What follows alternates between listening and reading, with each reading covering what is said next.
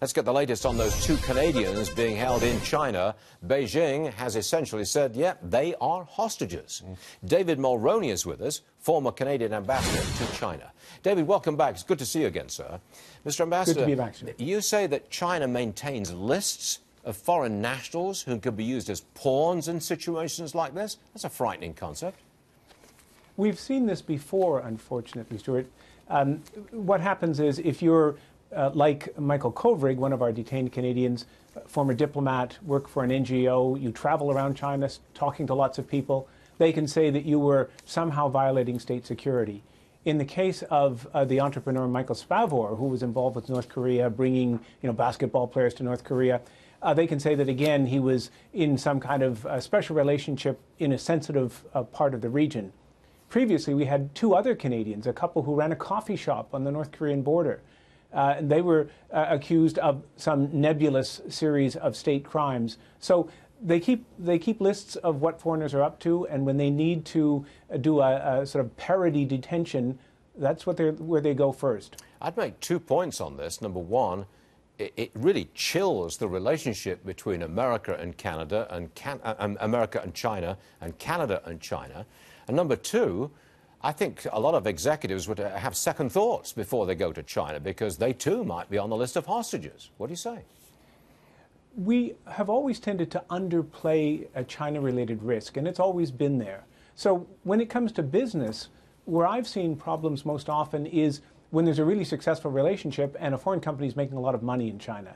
That engenders a lot of criticism on the Chinese side. And what happens is, if you're doing your job as a business person and taking people out to lunch or dinner, trying to find out what their buying and import intentions are, that can then, and has been, be described as dealing in state secrets. So what's legal one day may be illegal the next if it's in China's interests to put pressure on your company. Do you think there's any way that Xi Jinping, China's leader, will back away from his insistence that China be #1 in manufacturing, #1 in technology? How could he back away from that and save face?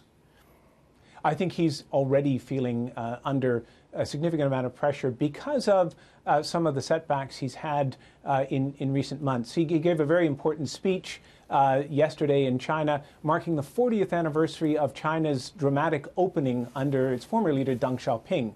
And every significant anniversary is marked by a leader. People were waiting for Xi Jinping to talk about the next steps in the opening process, and he was strangely quiet on this. What he said was the lesson that he got from 40 years of opening was to double down on the leadership of the Communist Party. And under Xi, the Communist Party has not been about opening. It's been about closing doors and invoking repression. Do you think we'll get a deal, bearing in mind that we do have leverage over China? I think China really wants to see a deal done. I think China has made some signals and shown some signs that it's willing to be flexible with the U.S. But the current state of affairs, and certainly the Huawei case, has complicated that. So at some level, Xi Jinping owns this initiative. He owns this truce with the United States, and so he has a lot of skin in the game. I think it's going to be very difficult, though, because Huawei is a reminder of all the reasons why China's partners need to be cautious. Mr. Ambassador, thank you very much indeed for joining us with very important information today. We appreciate it, sir. Thank you. Thank you.